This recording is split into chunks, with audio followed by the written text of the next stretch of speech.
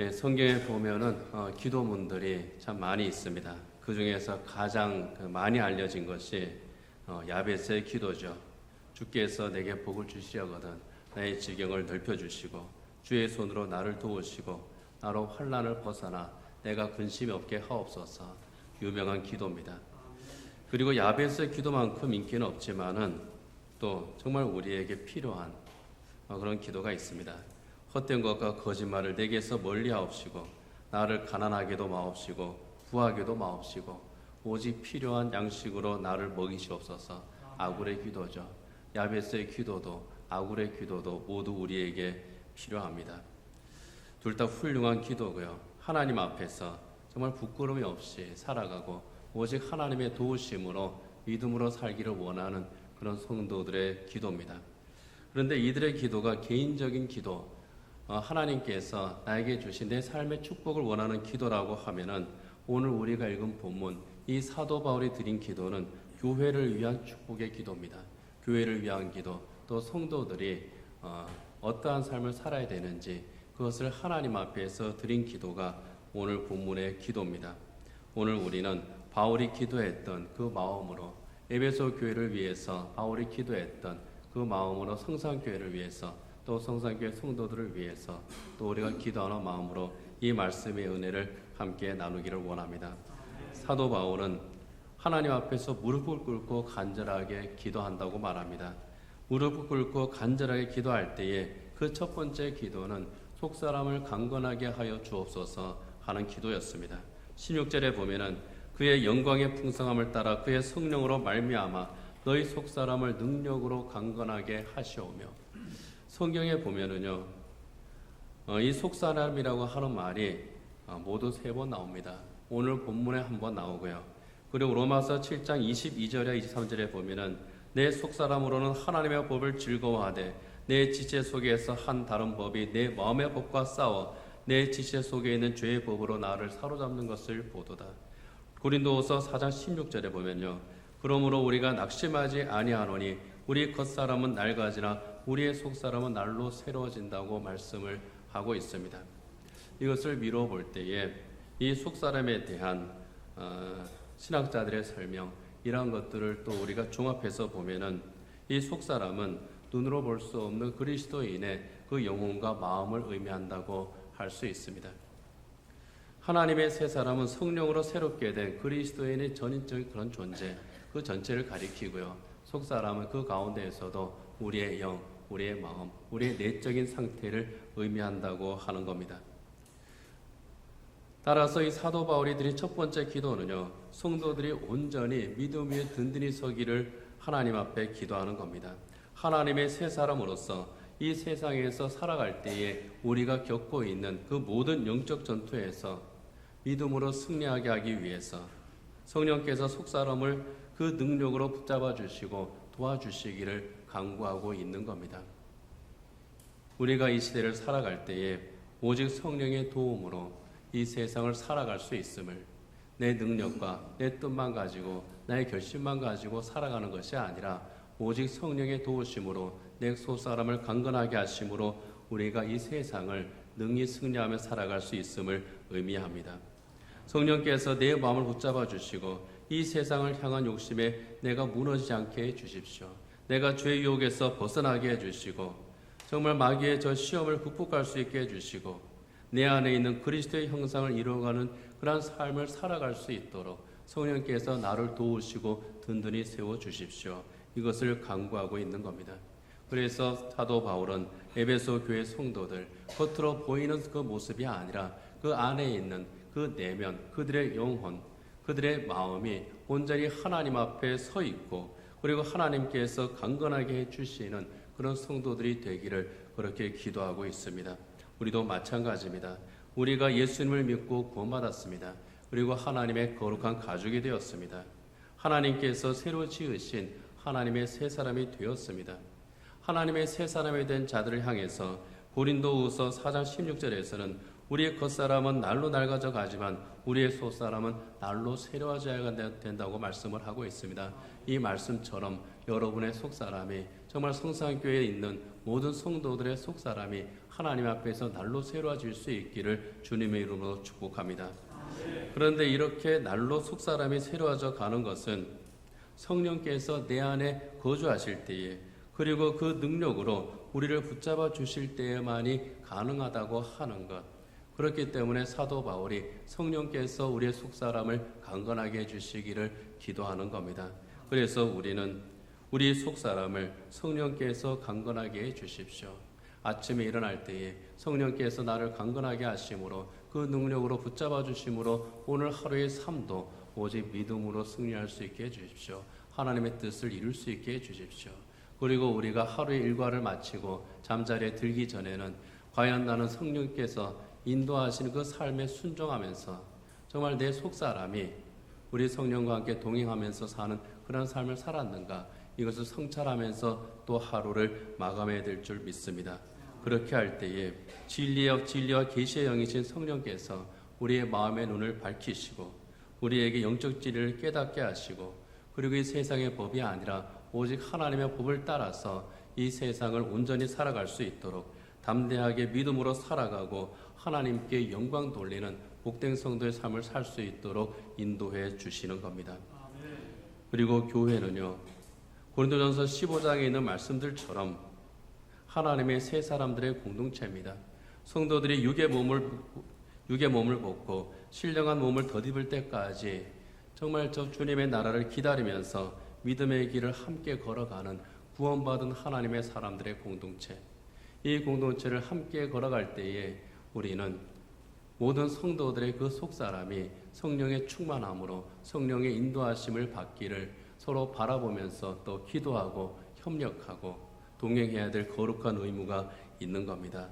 그래서 지극히 크신 하나님의 능력이 여러분의 속사람을 강건하게 하시고, 그 성령께서 여러분 안에 항상 거주하시고, 성령 하나님께서 성산교회가 계획하고 있는 그 모든 하나님의 일들에, 그리고 성산교회 성도들이 살아가는 그 모든 삶의 현장에서 우리 성령께서 도우시고 인도하시기를, 그래서 저 하늘나라를 향한 이 거룩한 걸음이 나고자가 없이 언제나 함께 갈 수 있는 그런 성산교회가 되기를 원합니다.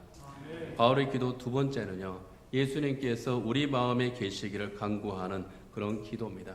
17절에 보면은 믿음으로 말미암아 그리스도께서 너희 마음에 계시게 하시옵고, 그렇게 기도하고 있습니다. 그리스도께서 너희 마음에 계시게 하시옵고, 여기에 너희 마음에 계시게 하시옵고 할 때에 헬라 원문을 보면은 카토에케오라고 하는 단어를 씁니다. 이것은 일시적으로 머무는 것이 아니라 정착하는 것을 말합니다. 영구적으로 거주하는 겁니다. 예수님께서 우리 마음에 일시적으로 거주하셨다가 나가시는 것이 아니라 영원히 거주하시는 겁니다. 예수님께서 우리 마음에 계신다는 것, 영원히 거주하신다는 것, 이것은 무엇을 의미하겠습니까?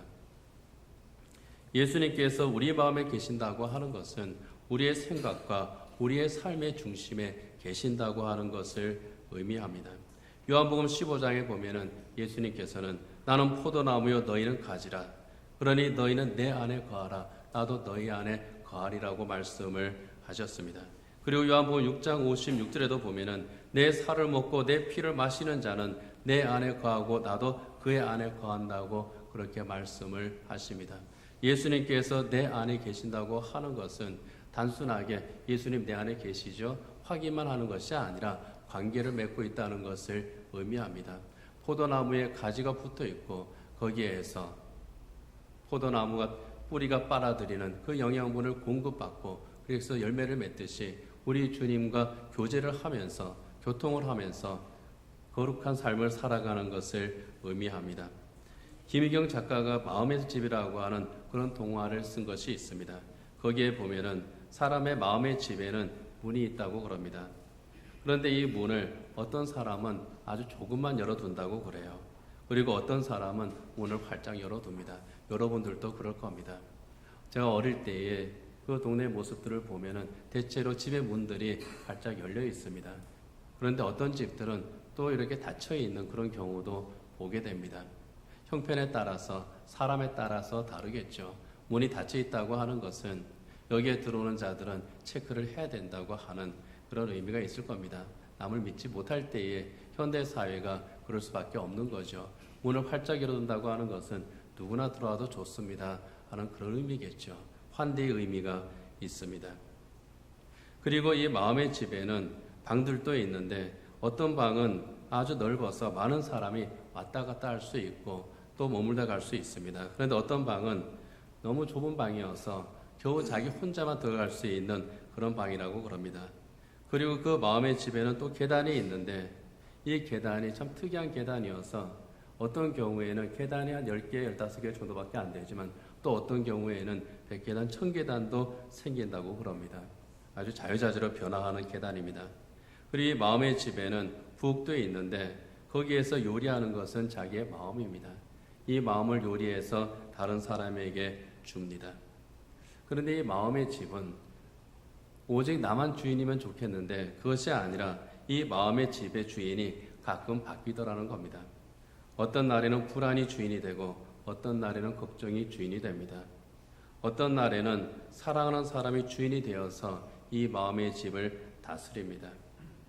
그러면서 이 소설에서 묻습니다. 원치 않는 주인이 내 마음을 다스릴 때에 내 마음에 나 혼자 있고 그리고 비가 내릴 때에 내 마음의 집조차 잘 보이지 않게 될 때에 그럴 때는 어떻게 해야 될까?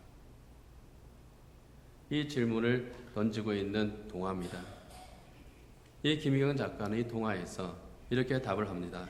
이 세상에는 다른 마음들이 아주 많고 그 마음들이 내 마음에 손을 내밀 수 있기 때문에 그 마음들이 내 마음을 도와줄 것이라는 겁니다. 내 마음의 집을 나 혼자 지키고 나 혼자 가꾸고 나 혼자 관리하기에는 많이 버겁다는 겁니다. 그래서 마음의 집의 문을 열고 다른 마음들이 나를 도와줄 수 있도록 그렇게 오픈을 해야 된다는 거죠.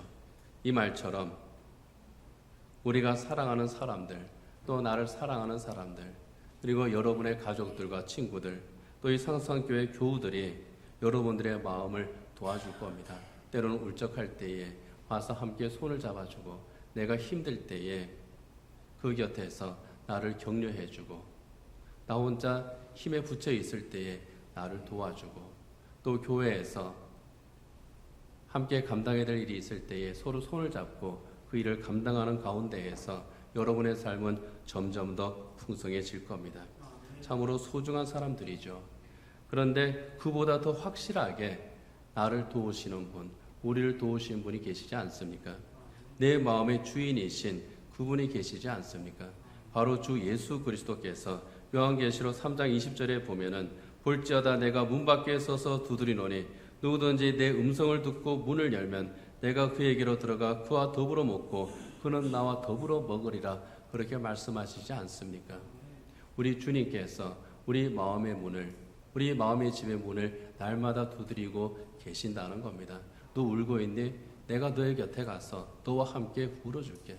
너 지금 즐거워하고 있니? 그래, 너의 즐거움을 나와 함께 나누자. 너 지금 힘드니? 그래, 너 힘든 그 짐을 나랑 같이 지자. 교회 때문에 너가 걱정하고 있니? 그래, 나도 너만큼 걱정하고 있어. 우리 주님께서 우리 곁에 오셔서 내가 너와 함께 있겠다. 그렇게 우리 주님께서 문을 두드리고 계신다는 겁니다. 누구보다 나를 사랑하시기에 그 사랑으로 자기 생명을 바쳐서 나를 구원하신 우리 주 예수 그리스도 그분이야말로 내 마음의 집에 모셔서 주인을 삼을 수 있는 참으로 내 마음의 집의 주인이 되시는 우리 주님이심을 그 주님과 동행하시는 여러분이 되시기를 원합니다. 내 마음 그리스도의 집이라고 하는 소설이 있습니다. 그래서 잘 아실 겁니다. 토마스 멍어라고 하는 분이 쓴 책인데요. 이 내 마음 그리스도의 집에서는 그것을 이렇게 말합니다. 내 마음의 방문들을 하나하나 열어서 예수님에게 그것을 보여드리는 거다. 내 마음의 안방의 문을 열고 내 마음의 침실의 문을 열고 내 마음의 서재의 문을 열고 내 마음의 거실의 문을 열고 내 마음의 주방의 문을 열고 나의 모든 남에게 보이고 싶어 하지 않았던 그것들이 가득 차 있는 다락방까지 다 열어서 예수님에게 보여드리고 내 집의 열쇠를 예수님에게 드리는 거다. 예수님께서 내 마음에 계신다고 하는 것, 예수님을 내가 내 마음의 집에 모신다고 하는 것, 그것은 예수님에게 내 마음의 주권, 내 영혼의 주권, 나아가서 내 삶의 모든 주권의 열쇠를 우리 주님에게 드리는 것을 의미합니다. 내 마음의 벽장까지 다 열어서 그 안에 들어있는 썩은 것들, 죽은 것들, 결코 남에게 보이고 싶지는 않으나 우리 주님께서 이미 십자가 위에서 다 치워버렸다고 선언하신 그것을 알면서도 그것을 내가 놓지를 못하고 있고 그것에 매여 있고 그것 때문에 내가 좌절하고 있는, 그것 때문에 내가 아파하고 있는 그 모든 것들까지도 다 치워버리는 우리 주님에게 모든 주권을 온전하게 이양하는 것을 의미합니다. 바로 그곳에 우리 주님께서 주시는 참된 평안과 기쁨이 임할 줄 믿습니다. 바울의 기도 세 번째는요, 성도들이 사랑 가운데서 뿌리가 박히고 터가 굳어져서 그리스도의 사랑을 알고 하나님의 충만하신 것으로 충만하게 해 주십시오 하는 그런 기도입니다. 존 스토터 목사님은 이 본문을 주석하면서 이렇게 말했습니다. 예수님의 사랑은 모든 인류를 다 포함할 정도로 충분히 넓다. 영원토록 계속될 만큼 충분히 깊고 그를 하늘로 올릴 만큼 충분히 높다. 한마디로 말하면요, 예수님의 사랑은 이 세상 그 어느 것과도 비교할 수 없을 정도로 넓고 크고 깊다고 하는 겁니다. 한마디로 말하면 한도 없고 끝도 없는 그 예수님의 사랑입니다. 그 예수님의 사랑을 18절에서는 지식에 넘치는 그리스도의 사랑이라고 그렇게 표현했습니다. 그런데 이 부분을 정확하게 번역을 하면요, 지식을 초월하는 그리스도의 사랑이라는 겁니다. 단순히 우리가 아는 것을 넘어서는 정도가 아니라 이것을 완전히 초월해버린, 인간의 지식으로서는 감히 헤아릴 수도 없고 상상조차 할 수 없는 그 주님의 사랑이라는 겁니다. 비교할 수 없는 우리 주님의 사랑. 그 사랑 가운데에서 뿌리가 박히고 우리의 믿음의 터가 굳어지고 그리고 그 사랑을 알고 하나님의 충만하신 것으로 충만하게 되는 그런 교회가 되게 해달라고 바울이 기도하고 있는 겁니다. 이 세상의 그 모든 것을 다 초월한 이 세상의 지식, 우리의 지식과 이 세상의 모든 것을 온전히 다 초월한 우리 주님의 사랑, 이 사랑의 증거가 어디에 있습니까? 예수님의 십자가에 있지 않습니까? 예수님께서 십자가를 베푸신 그 사랑이 있지 않습니까? 하나님께 불순종하고 그 불순종의 죄로 말미암아 멸망의 길을 가고 있는 그 인간들을 구원하기 위해서, 이 멸망의 길을 가고 있는 우리를 구원하기 위해서 십자가 위에서 대신 속죄하시고 죽으신 그 예수님의 사랑. 아무런 대가도 요구하지 않으시고 모든 죄인과 원수들을 용서하시고 자기 목숨으로 대속하신 그 사랑을 바울이 생각할 때에 그 사랑이 너무나 넓고 너무나 크고 너무나 깊고 너무나 깊기 때문에 이것은 인간의 그 어느 것으로도 표현할 수 없는 그 사랑입니다. 그렇게 고백을 하는 겁니다. 바울은 그 사랑의 예수님을, 그 사랑의 예수님이 우리 안에 계시고 그리고 그 사랑의 예수님을 우리가 안다면 이 사랑의 예수님께서 우리에게 행해 주신 그것을 우리가 삶 속에서 행하며 살아가기를 그렇게 또한 강구하고 있는 겁니다. 요한복음 13장 34절에 보면은 예수님께서는 제자들에게 새 계명을 너희에게 주노니 너희가 서로 사랑하라. 내가 너희를 사랑한 것 같이 너희도 서로 사랑하라고 말씀하셨습니다. 그렇게 말씀하신 후에 요한복음 15장 13절에 14절에 보면은 사람이 친구를 위하여 자기 목숨을 버리면 이보다 더 큰 사랑이 없나니 너희는 내가 명하는 대로 행하면 곧 나의 친구라. 내가 너희를 사랑같이 너희도 서로 사랑하라 하시면서 우리 주님께서는 자기의 목숨을 바치는 십자가의 사랑을 말씀을 하십니다. 내가 너희를 사랑같이 너희도 서로 사랑하되 자기의 목숨을 버리는 그 마음으로 서로의 짐을 함께 지고 나와 함께 십자가의 길을 가자. 신앙생활의 가장 중요한 원리와 원칙이 바로 여기에 있습니다. 서로 사랑하는 겁니다. 십자가를 지신 예수님의 마음으로 서로 사랑함으로 서로 사랑의 짐을 지는 겁니다. 그래서 갈라디아서 6장 2절에서는 너희가 짐을 서로 지라 그리하여 그리스도의 법을 성취하라고 그렇게 말씀을 합니다. 천정은이라고 하는 피아니스트가 있습니다. 아주 그 전도 유망한 그런 거 피아니스트였다고 하는데 30대 후반의 나이에 암에 걸렸습니다. 유방암에 걸렸습니다. 그녀가 암이란 것을 알게 되었을 때에는 이 암이 이미 전신으로 다 전이 되었다고 그럽니다. 손쓸 수가 없었습니다. 항암 치료를 시작했는데 이 항암 치료를 한번 시작하면은 그칠 수가 없죠. 굉장히 고통스럽습니다. 50차례가 넘는 그런 항암 치료를 받았습니다. 고통스럽습니다. 이 고통 가운데에서 성경을 읽었습니다. 그녀에 따르면은 자기는 교회 다니기는 했지만은 별 믿음이 없었다는 겁니다. 예수님을 믿지만 예수님의 살아계심에 대한 확신도 없었답니다. 예수 믿고 천국 가는 것은 알았지만 천국에 대한 확신도 없었습니다. 그저 습관적으로 교회에 다녔다고 그럽니다. 그런데 성경을 읽으면서 자기가 성경에서 말하고 있는 마음에 하나님을 두기 싫어한 자였구나 하는 것을 깨닫게 되었다고 합니다. 그리고 예수님의 십자가와 부활에 대한 확실한 믿음이 생겼다고 그럽니다. 예수님이 살아계신다고 하는 그 확신이 들었을 때에 이분의 입에서는 죽으면 천국인데 뭐가 슬픈가? 암이 선물이구나. 이란 말이 자기도 모르게 튀어났다고 합니다. 암이 선물이었구나. 예수님의 십자가로 인한 그 구원의 확신, 저 천국의 확신, 정말 예수님을 이 암을 통해서 내가 예수님을 새롭게 깨닫고 보니 이 암이 나에게 선물이었구나. 이 고백이 그 입에서 튀어나오고 이렇게 말했답니다. 암을 하나님께서 주신 것은 아니지만 건강했다면 절대 예수님을 믿지 않았을 테니 암은 나에게 선물이요 죽음은 소망이 되었습니다. 지금도 암으로 투병하고 있습니다. 그렇지만은 이 암으로 인한 고통보다 예수님의 사랑이 더 큽니다. 그렇게 고백합니다. 나는 오히려 감사합니다. 그러면서 자기처럼 암이라고 하는 이 짐을 지고 살아가는 사람들, 정말 힘들어하는 그들을 찾아가서 예수님께서 내 짐을 가볍게 해주셨습니다. 암이라고 하는 선물을 통해서 예수님의 사랑을 내가 깨닫게 해주셨습니다. 그렇게 전하면서 예수님의 사랑 안에서 기쁨과 소망으로 살아가고 있습니다. 이것이 바로 예수님의 사랑 안에서 서로의 짐을 함께 지고 가는 그리스도인입니다. 그렇게 예수님을 닮아가고 예수님과 함께 동행하는 그리스도인들의 공동체, 그것이 바로 교회입니다. 바울은 에베소 교회가 그런 교회가 되기를 하나님 앞에서 기도하는 겁니다.